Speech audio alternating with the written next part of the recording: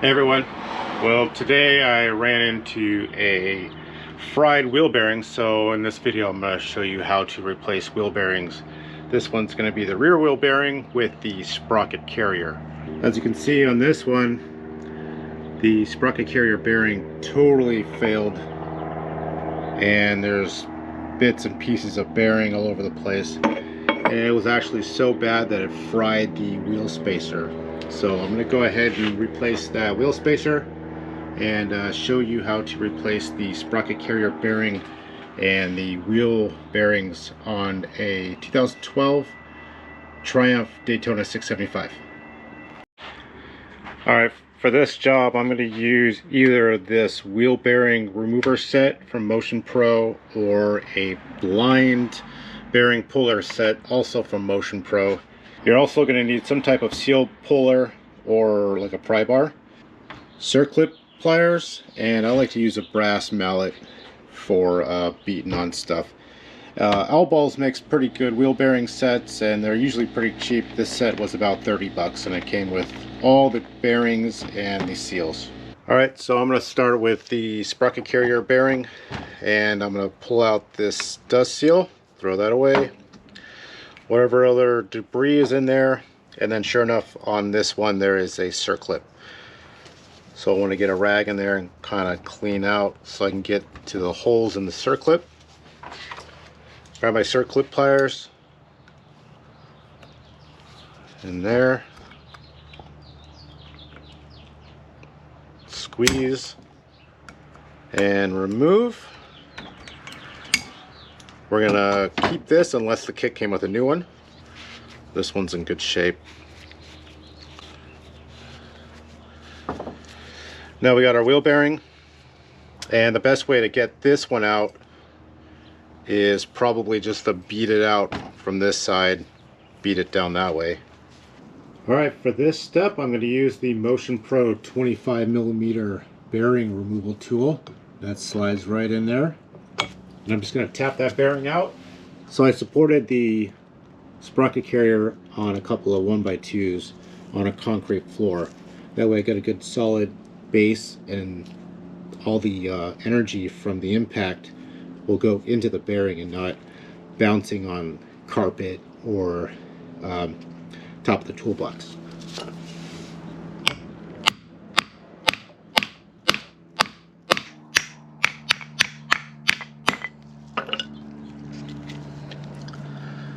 And that's how you get the wheel bearing out for the sprocket carrier. You can see how chewed up this one is, and it's missing a few bearings. It's pretty bad. Next you want to inspect the area where the bearing sits and make sure that didn't get all chewed up. Next we'll compare the old with the new. Make sure they are the same size, internal and external width all the same, and ready to go ahead and install into the sprocket carrier. Next we're going to put some grease all the way down where that bearing is going to slide into place. Put some bearing grease on the outside of the bearing. Nice, just thin layer. Set that on there. Go ahead and put these back on the wood blocks so I don't damage anything. And I'll use that same tool to drive this bearing in there. We're just going to tap nice and slow and try to keep it as square as possible. So to drive the bearing in, I'm actually going to grab my bearing driver and I'm going to pick the one that has the right size so that I can beat on the outside race versus the inside race. So now I can beat on it and it'll push on the outside race rather than the inside race. So I'll keep that nice and centered and keep tapping that in.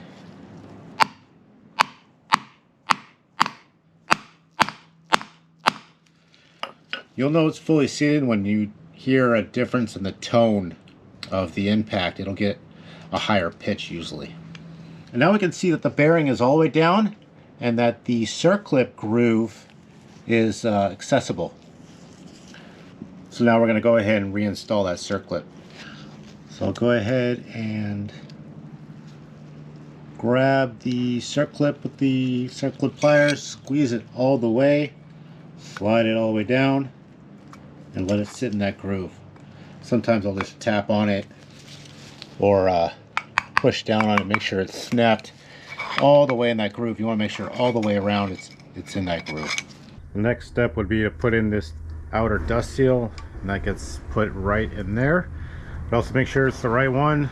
Outer diameter is good, and the wheel spacer fits right in there. Next, what I'll usually do is put a little bit of wheel bearing grease on the outside, and then I'll pack this groove in here with wheel bearing grease as well. So I'll get some wheel bearing grease, and I'll just pack it into that groove. That way you got less friction when your wheels are spinning. So I'll put that in there. And typically you could just push it down with your thumbs until it bottoms out.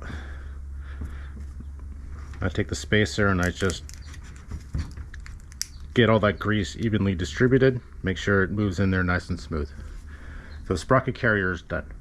Okay, so the next step would be to remove wheel bearings from a rear wheel.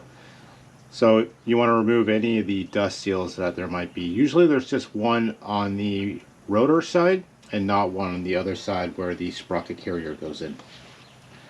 So I'm just using a pry bar and gently pry that dust seal out.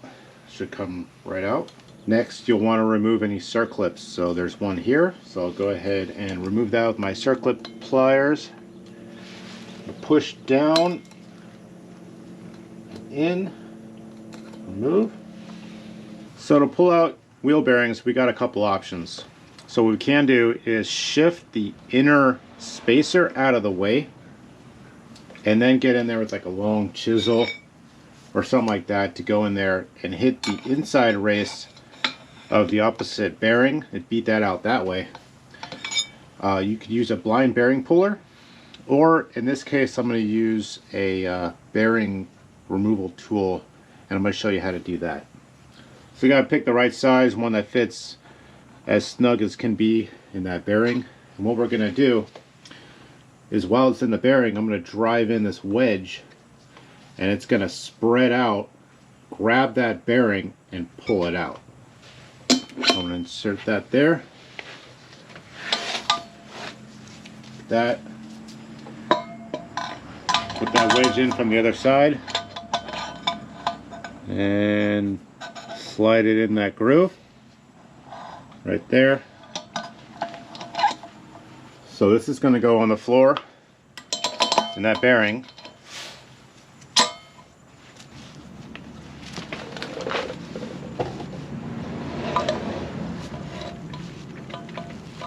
Okay. So I went ahead and put some grease on there so it slides into that wedge real nice. So rotate this until it fits in that slot. There we go. Get on it. Okay. Now that you got it wedged in there and it kind of pried those two halves out, it should grab that bearing and start beating that bearing out.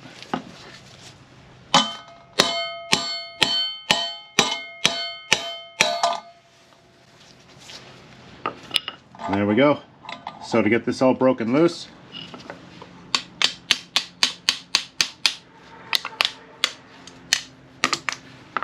that, and there we go. So that's how that tool works. So I'll go ahead and pull out that inner wheel bearing spacer, and then I'll do the same on the other side.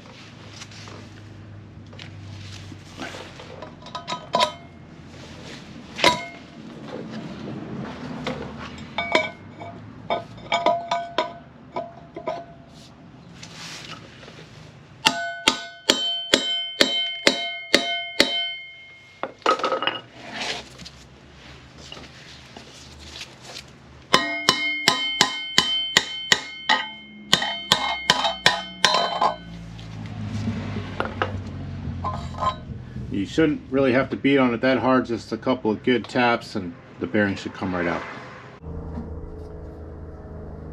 Another way to get that second bearing out is to get a long extension like this, or a pole, or a long punch, and you can get in there and beat on the inside of that other bearing like that. Okay, so to put the wheel bearings back in,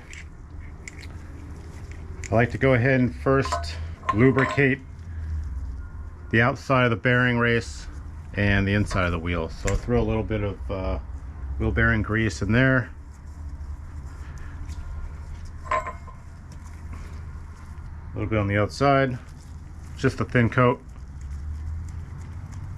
So that one, I'll get started. So what I like to do is, to make sure that this job goes as smoothly as possible, is I use the axle to drive in the bearings. And what this does is it makes sure that the bearings are perfectly square, perpendicular to the wheel, and that way the bearings don't get cocked. It makes your life a lot more difficult.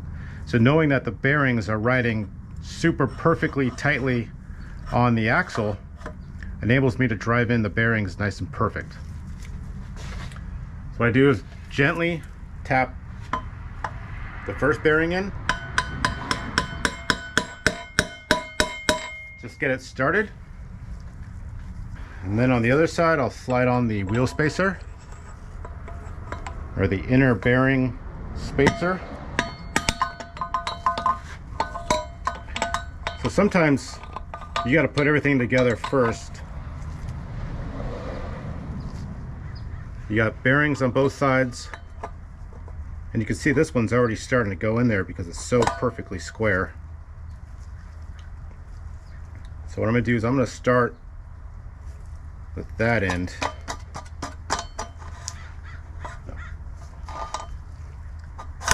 So now that that one's started, I'm going to keep that bearing in there, and I'm going to go ahead and start driving in this bearing. If it makes your job easier, sometimes I torch the outside of the wheel for a couple minutes, and then I throw the bearings in the freezer. That way you shrink the bearings and you expand the outside metal. So knowing that everything is lined up perfectly, I'll go ahead and hold that bearing in with my hand and just tap this side in nice and gently.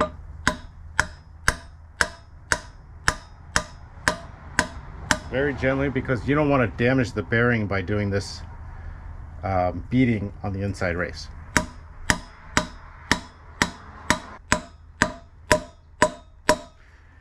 Now that you can hear the difference in tone, you'll know that that bearing is bottomed out. Now I pull the axle out. Now I'll go ahead and slide the axle in this way, and go ahead and proceed to go ahead and bottom out this bearing very gently.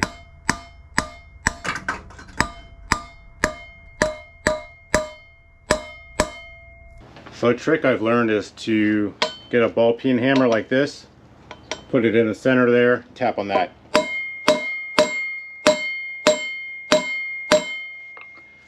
Now that that's all bottomed out, we're going to go ahead and remove the axle. We're going to feel that inner spacer, make sure it's tight and centered. Next step would be to reinstall the circlet.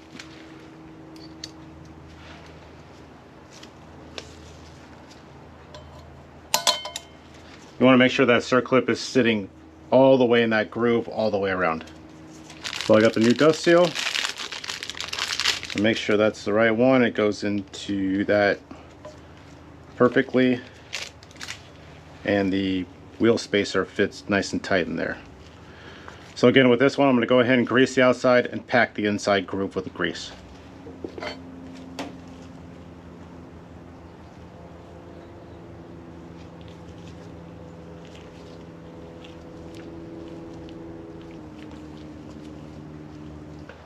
So go ahead and pop in the new dust seal. I usually use my thumb. Next I'll install the wheel spacer. and I'll kind of work that grease around, make sure that moves nice and smooth. So now that the wheel bearings are in, always make sure that they're still really smooth and we didn't damage the races at all. And then I make sure that the axle slides in nice and smooth without any binding. So all the way in, all the way out, good to go. When you're reassembling the wheel, I go ahead and clean the axle and throw some grease on there to make our assembly and disassembly a lot easier. So I'll go ahead and reinstall the sprocket carrier. You always want to make sure that this spacer didn't fall out. Make sure that that is there. That goes between that bearing and the sprocket carrier bearing. Very important. Go ahead and reinstall that.